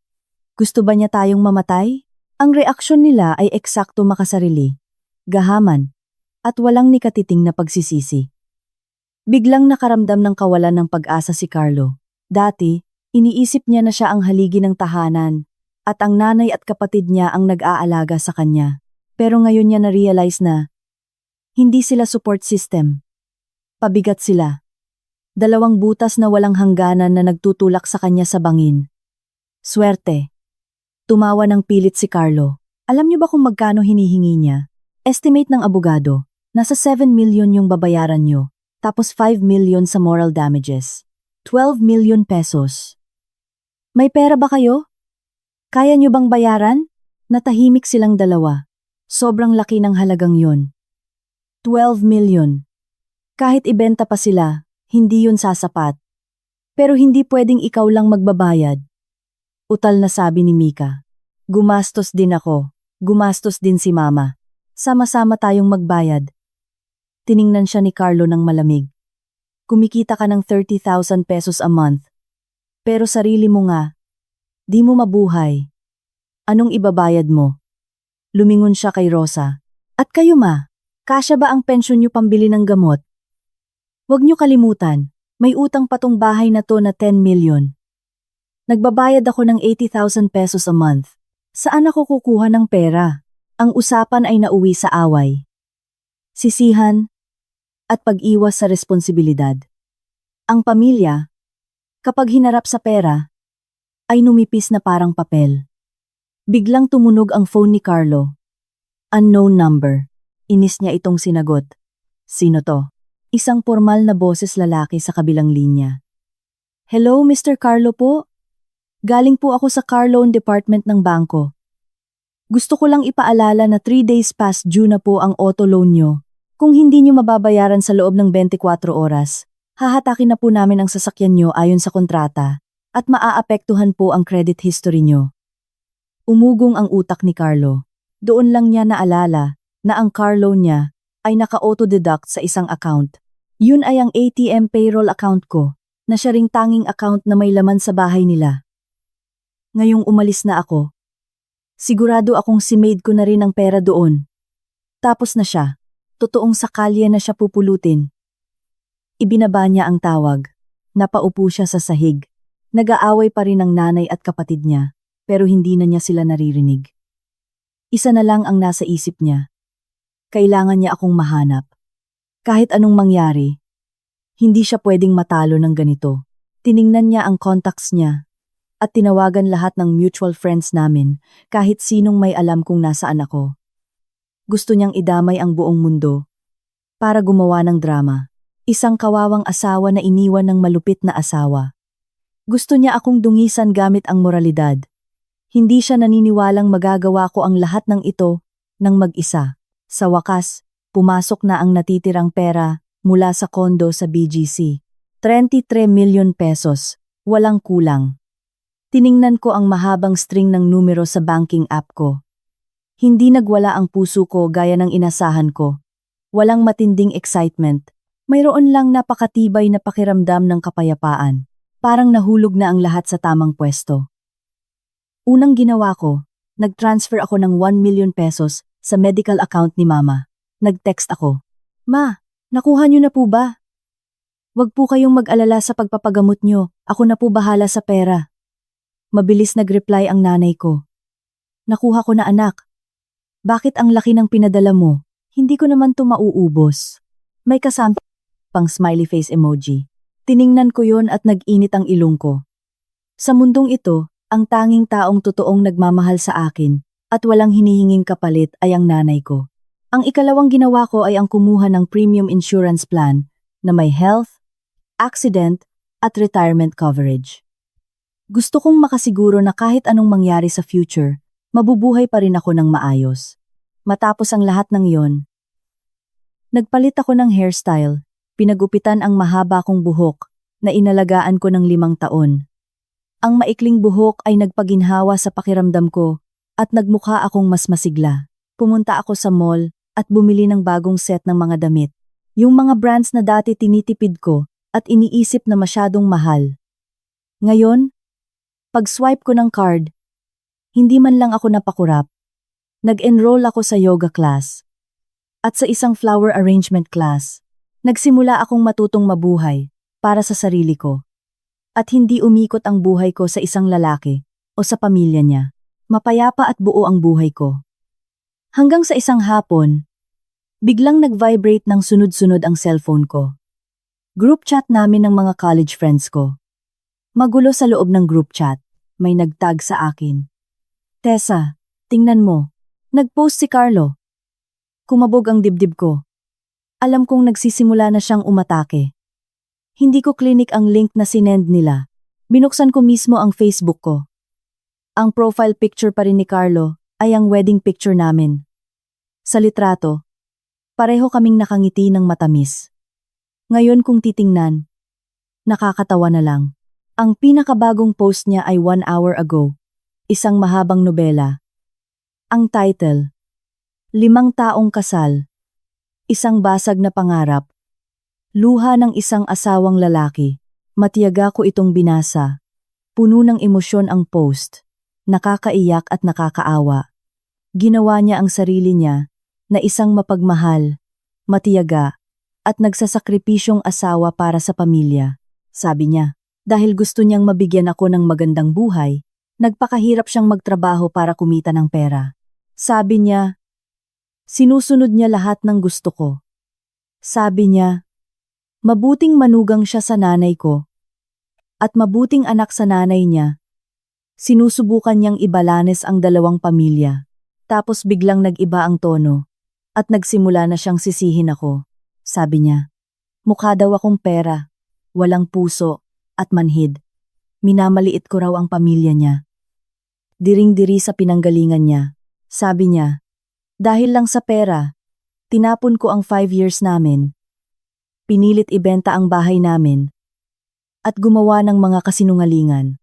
Sabi niya, may sakit ang nanay niya at kailangan ng magandang lugar para magpahinga pero walang awa ko raw pinalayas ang nanay niya. Sabi niya, Kinasuhan ko pa raw siya para humingi ng malaking danyos at para matulog siya sa kalye. Sa dulo ng post, may mga pictures pa siya picture namin nung nagta-travel kami. Picture na umiiyak siya habang yakap ang nanay niya. Ewan ko kung kailan pa niya to kinuha. At picture na mag-isa siya sa isang bakanteng kwarto. Malungkot at mukhang depressed. Ang galing talaga. Pwede siyang manalo ng acting award. Mabilis na kumalat ang post niya. Sinend niya sa lahat ng mutual friends namin at sa mga kamag-anak. Sa isang iglap, naging target ako ng pang-aaway ng lahat. Sumabog ang messenger ko. May mga malayong kamag-anak na tumawag para murahin ako nang hindi alam ang totoong kwento. Tessa, bakit mo ginawa yun? Mabait naman si Carlo ah. Bakit napakasama mo? May ilang mutual friends din na nag-message para payuhan ako. Tessa, naging mag-asawa rin kayo. Huwag ka namang masyadong malupit. Lahat ng lalaki nagkakamali. Magparaya ka na lang. Nakakahiya na nag-aaway kayo dahil sa pera. Sa loob ng isang gabi. Naging makasalanan ako sa mata ng lipunan. At si Carlo ang pinakakawawa. Hindi rin nagpahuli sina Rosa at Mika. Patuloy sila sa paggatong sa pamilya nila. Umiiyak at inililista ang mga kasalanan ko. Napakaganda ng teamwork ng pamilya nila. Nag-play victim silang lahat. Akala nila, gagamitin nila ang pressure mula sa ibang tao para durugin ako. Akala nila, matatalo ako sa labanan na to. Mali sila ng kinalaban. Tiningnan ko ang lahat ng pambabash nila. Pero kalmado lang ako. Hindi ako nakipagtalo. Hindi ako nag-explain. Kasi alam ko na walang kwenta ang pagpapaliwanag sa mga taong madaling mauto.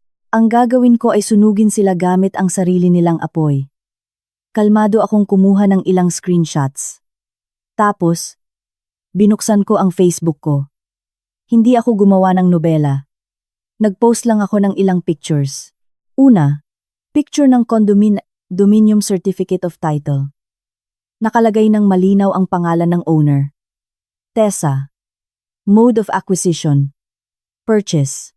Sa baba nito, picture ng bank transaction bilang ebidensya na binayaran ng buo ng parents ko ang kondo bago pa ako kinasal. In-encircle ko pa ng pula ang date para patunayan na prenuptial property ko to. Pangalawa, isang voice record. Ito yung recording ng nanay ko nung nasa ospital siya. Rinig na rinig ang mapanlait na boses ni Rosa at ang pagpaplano ni Mika ng detalyado. Pangatlo, picture ng blotter, police report. Nakalagay ang lugar kung saan nangyari ang gulo. Anza Real Estate.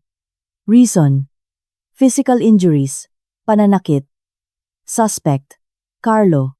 At huli, nagsulat ako ng isang maikling caption. Mas malakas ang katotohanan kaysa sa mga palusot nyo. 5 taong kasal, ibinigay ko ang lahat para lang makatanggap ng respeto. Kung hindi man ako narespeto, humihingi ako ng patas na hustisya. Magkita-kita na lang tayo sa korte. Hindi ko blinak ang kahit sino. Nakapublic ang post para makita ng lahat. Tapos, pinatay ko ang cellphone. Alam kong may bagyong darating, pero sa pagkakataong ito, hindi na ako ang nasa gitna ng bagyo. Sumabog ang post ko, na parang bomba. Ang unang mga nag-react ay ang mga taong nagpayo sa akin na magpatawad. Sa isang iglap, dinelete nila ang comments nila kay Carlo. At nag-PM sa akin, "Hala Tessa, totoo ba to?" Grabe kinilabutan ako sa recording. Anong klaseng biyenan at hipag yon? Sorry ha, na-misunderstand kita. Palamunin at user pala si Carlo. Hiwalayan mo na yan, wag mo nang balikan. Sorry, nakakagalit. Sa loob lang ng ilang minuto, nagbago ang ihip ng hangin. Sa post ko, sumabog ang comments mula sa mga katrabaho ko, kaibigan, at lahat ng nakakaalam ng totoo na nasa panig ko. Laban Tessa. Nandito kami para sa'yo. Nakakagigil yung recording. Anong klasing pamilya yon? Sinaktan ka na. Ninakawan pa ng bahay. Tapos pa victim pa. Red flag talaga. May police report pa. Carlo, lumabas ka dyan at mag-sorry ka. Ang post naman ni Carlo ay naging isang malaking katatawanan. Ang mga taong kumampi sa kanya ay na-realize na niloko sila at sunod-sunod na minura siya sa comments. Carlo, wala ka bang hiya? Kondo na binili bago ikasal. Inangkin mong conjugal property? Nakakakilabot yung nanay at kapatid mo sa recording. Ikaw na yung nanakit tapos ikaw pa pa-victim.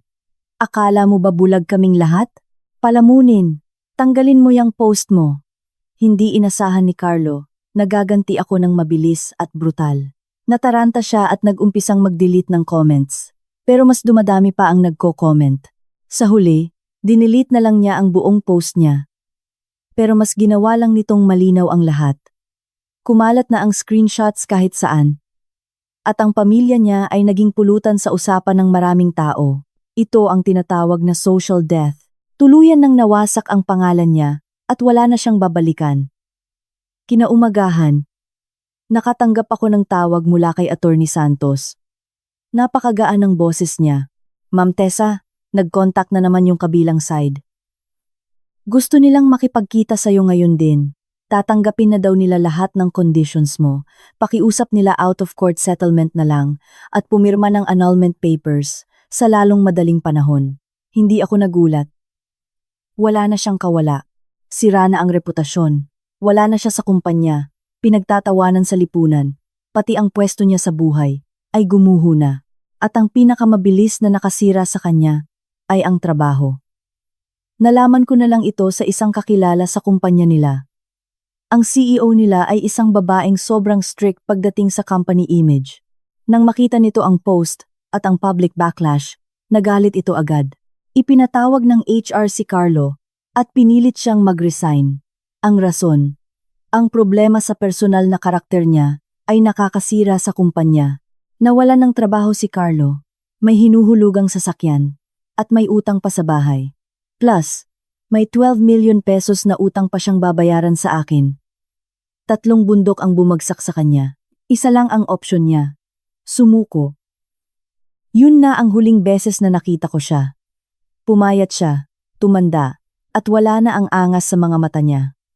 Wala na ring confidence, puro blanco na lang. Wala ang nanay at kapatid niya.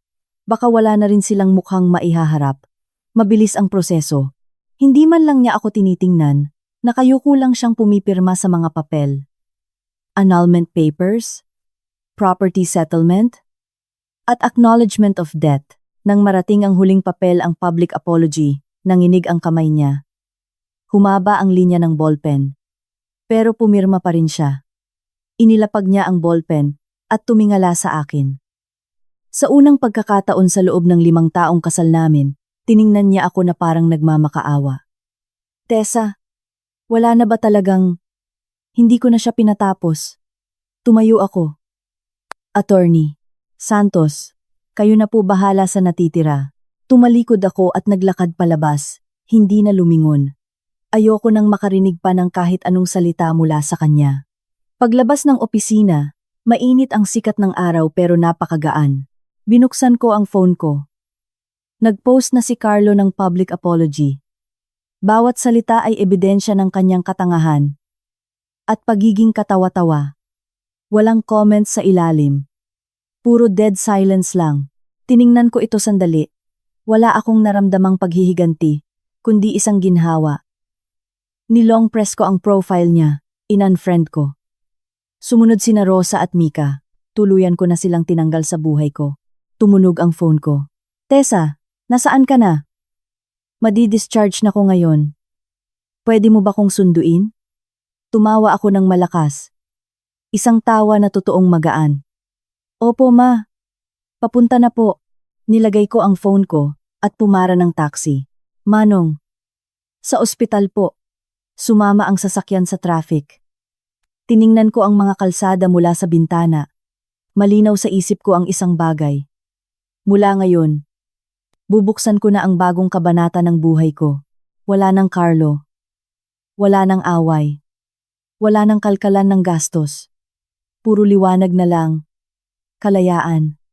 At walang hanggang oportunidad ang naghihintay sa hinaharap. Ang bagong buhay ko ay mag-uumpisa pa lang. Nag-drive ako papunta sa ospital.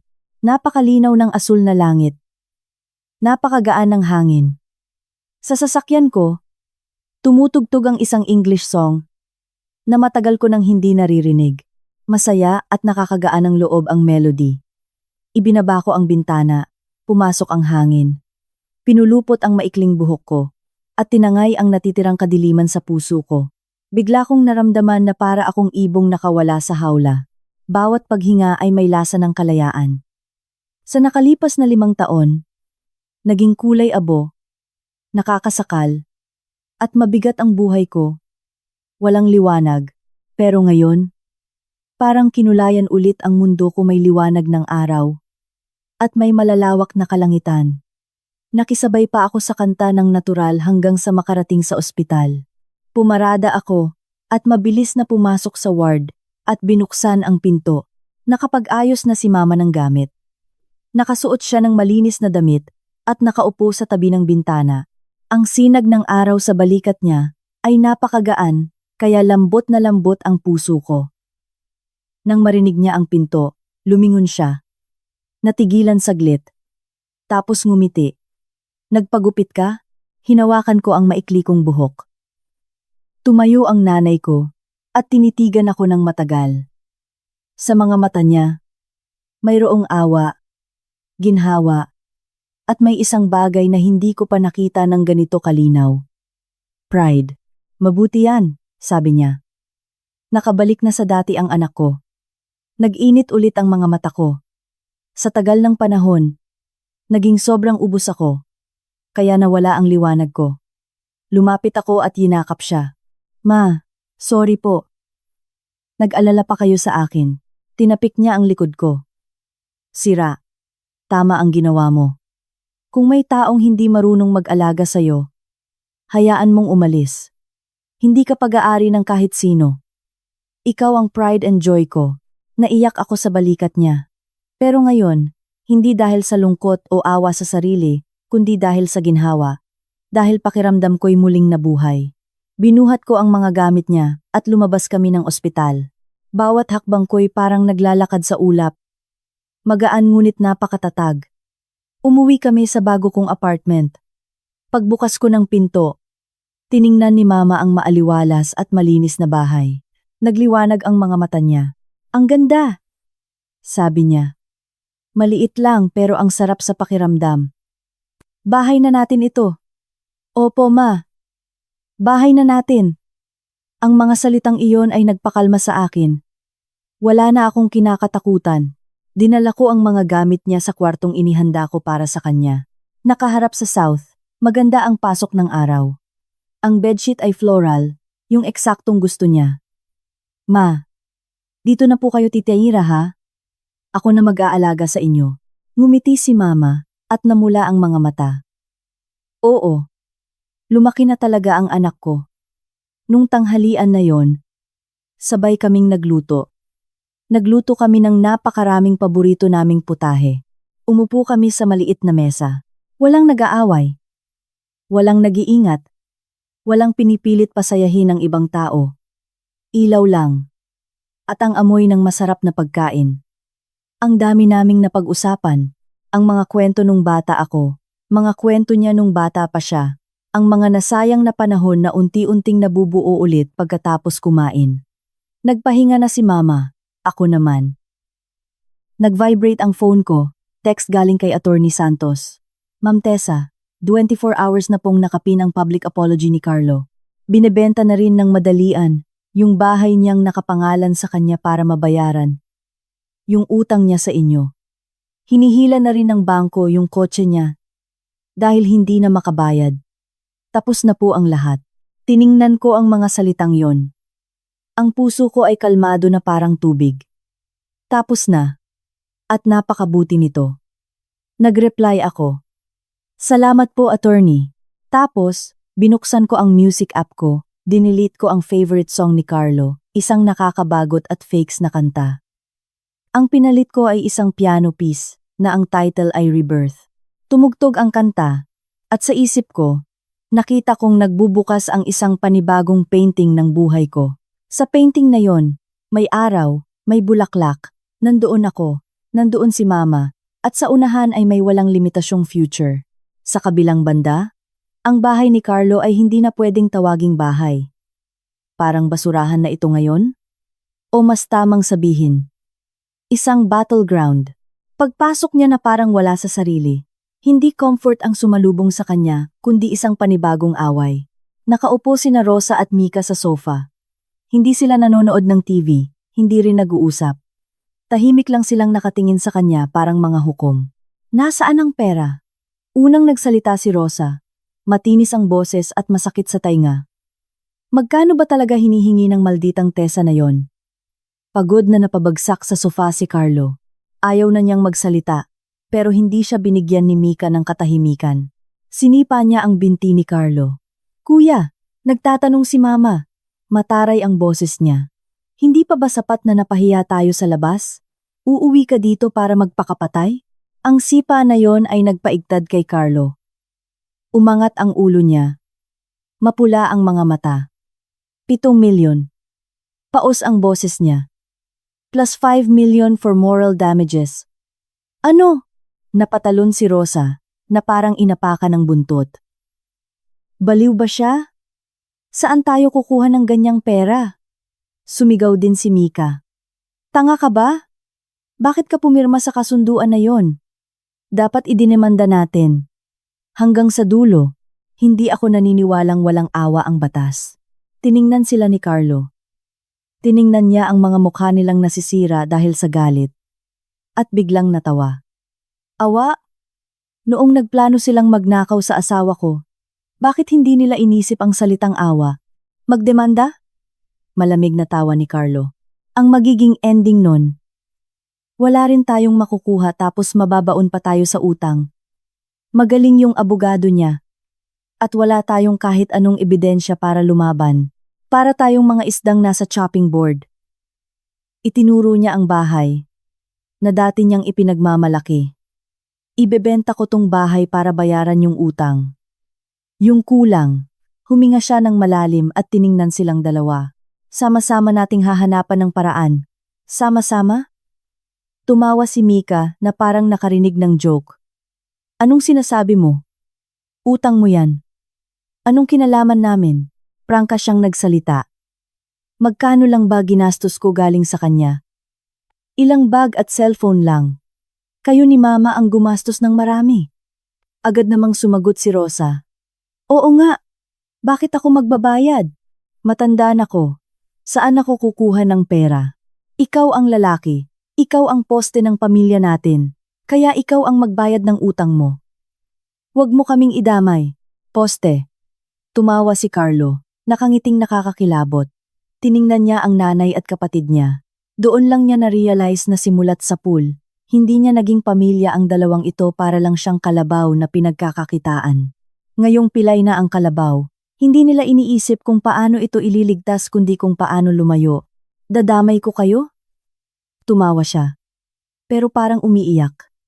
Ma, nung mga nakaraang taon, magkano binibigay sa'yo ni Tessa? Di mo alam, yung insurance, yung travel, yung pera mo, pang tong eats, at pang bingo. Saang bulsa, yun ang galing. Kay Tessa. Humarap siya kay Mika. At ikaw, tuition fee, allowance, makeup, panggastos mo sa jowa mo, lahat yun galing sa kanya. Ngayon sasabihin mo wala kang kinalaman. Asan na yung mga konsensya nyo? Ang mga salitang yon. Ang tuluyang pumunit sa maskara ng pamilyang ito. Namula si Mika sa hiya at nauwi sa galit. Sinungaling ka! Kailan ko ginamit pera niya? Susugod sana siya para manakit, pero itinulak siya ng malakas ni Carlo. Natumba si Mika at tumama ang ulo niya sa kanto ng mesa. Isang malakas na bog ang narinig. Napasigaw si Mika sa sakit. May dugong umagos mula sa mga daliri niya. Natarantang sumugod si Rosa. Mika. Anak. Anong nangyari? Tumingala siya at tiningnan si Carlo ng masama. Parang gusto niyang pumatay. Carlo, hayop ka! Sigaw niya. Sinaktan mo ang kapatid mo. Lumayas ka! Lumayas ka sa pamamahay ko. Nakatayo si Carlo. Nakatingin sa dugo sa sahig. Nakita niyang umiiyak habang magkayakap ang dalawa. Biglang naging blanko ang isip niya. Wala nang galit. Wala na ring gustong ipaglaban. Tumalikod siya at naglakad palabas. Gabi na. Bukas na ang mga ilaw sa kalsada. Pero wala ni isa sa mga ito ang para sa kanya. Nag-vibrate ang phone niya. Tawag galing sa naniningil ng utang. Ang boses ay malamig at walang pakialam. Mr.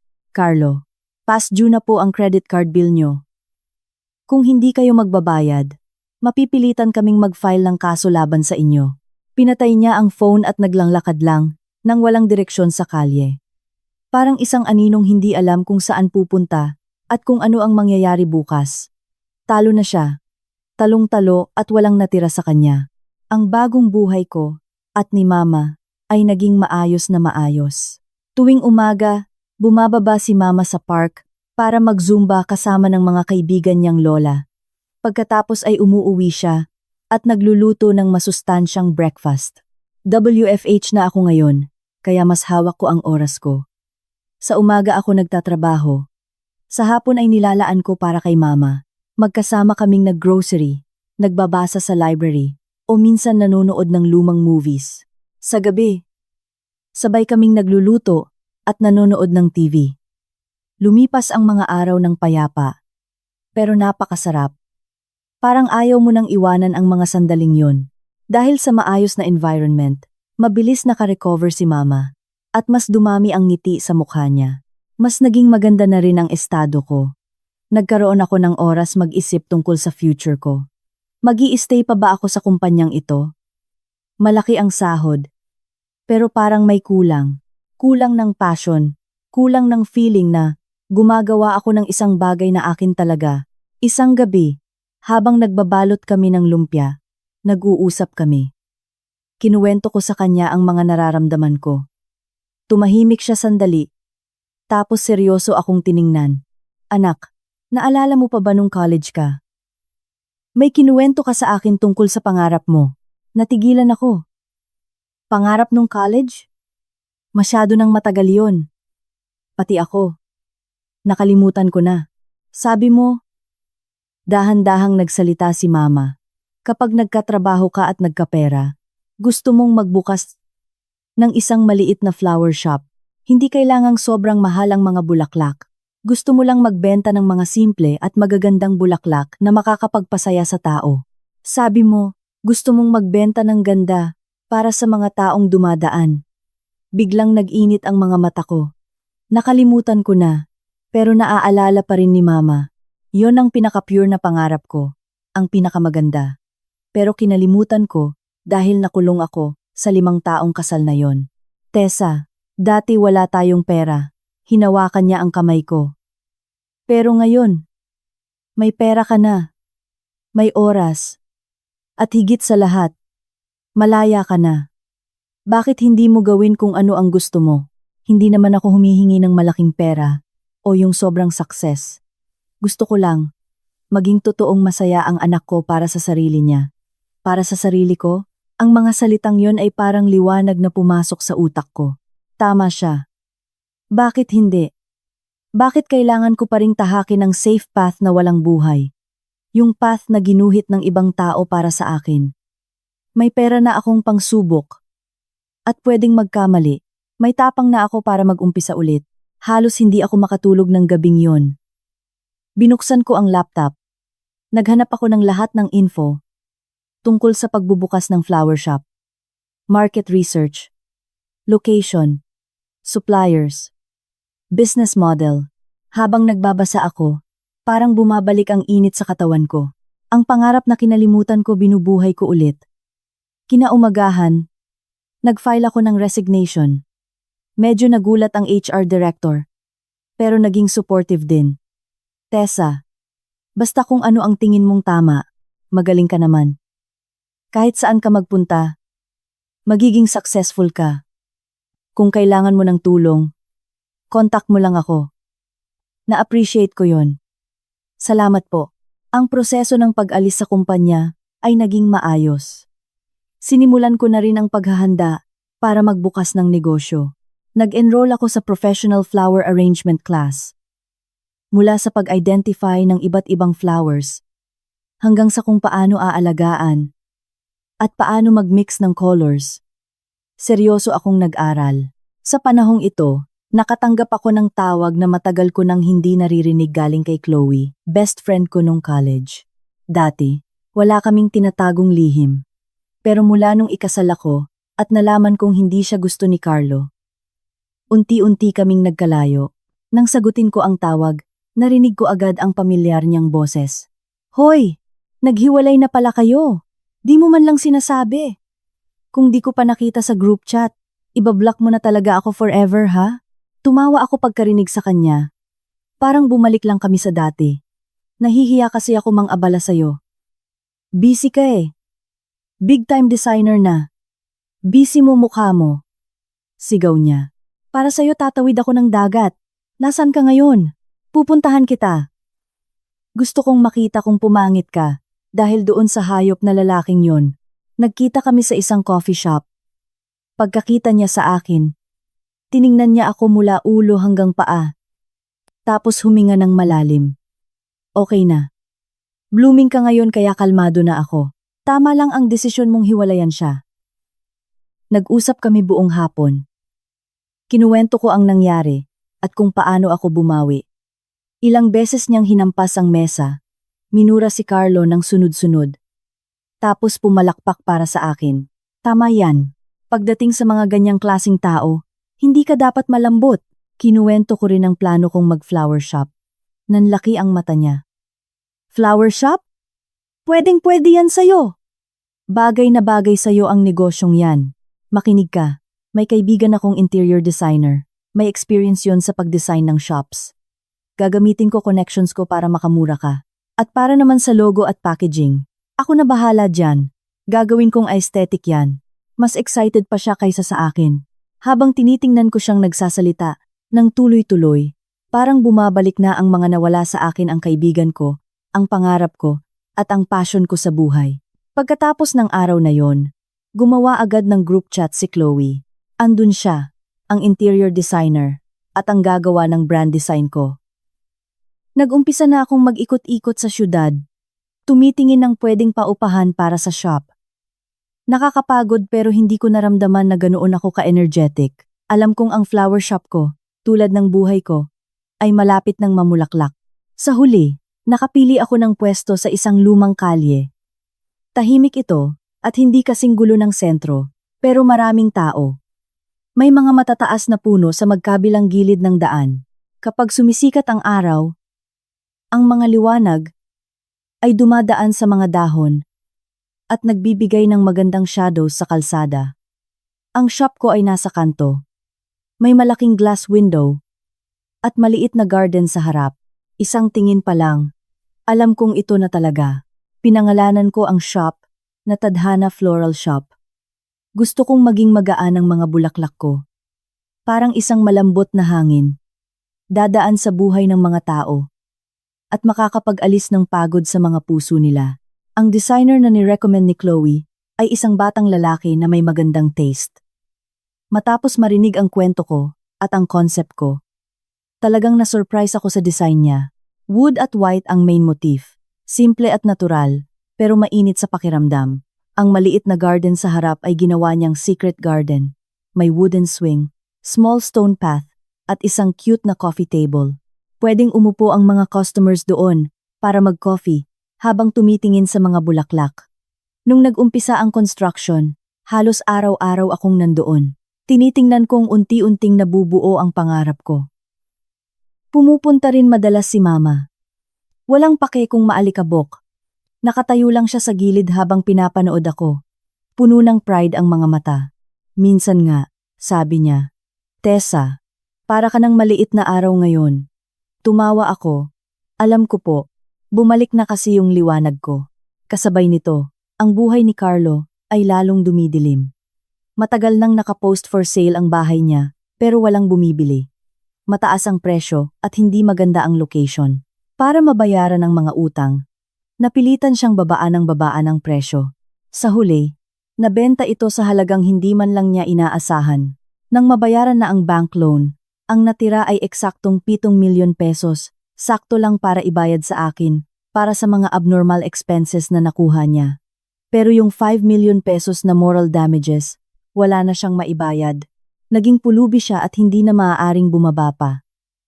Walang trabaho, walang bahay, at may karga-kargang 5 million pesos na utang.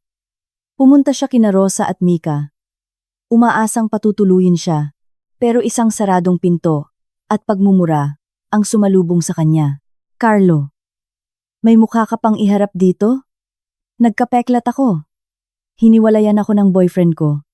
At lahat ng to dahil sa'yo. Ikaw ang may utang. Ikaw magbayad. Huwag mo kaming idamay. Ang boses ni Rosa ay kasing lamig ng yelo. Carlo, ituring mo na lang na hindi kita anak. Mula ngayon, walang kinalaman ang pamilyang to sa'yo. Lumayas ka. Blag. Nilak ang pinto. Nakatayo si Carlo sa labas habang naririnig ang dalawang babaeng pinakamalapit sa kanya na nagsasabi ng ganoong klasing mga salita. Biglang siyang napaisip na ang buhay niya ay isang malaking katatawanan. Akala niya nagsakripisyo siya para sa pamilya niya. Nawala ang asawa niya at ang buhay niya. Pero sa huli, tinapon lang din pala siya ng pamilya na ipinaglaban niya. Parang isang sirang laruan. Tapos na ang kwento.